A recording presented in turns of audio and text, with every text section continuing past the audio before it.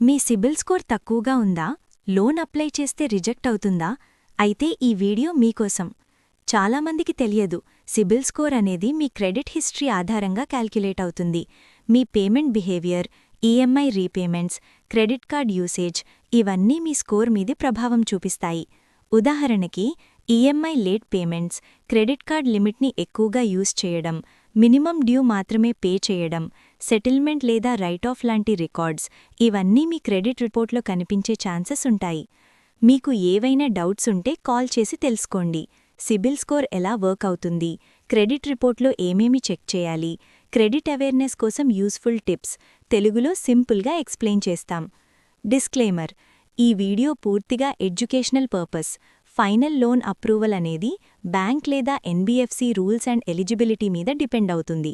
Call లేదా WhatsApp 7038790377.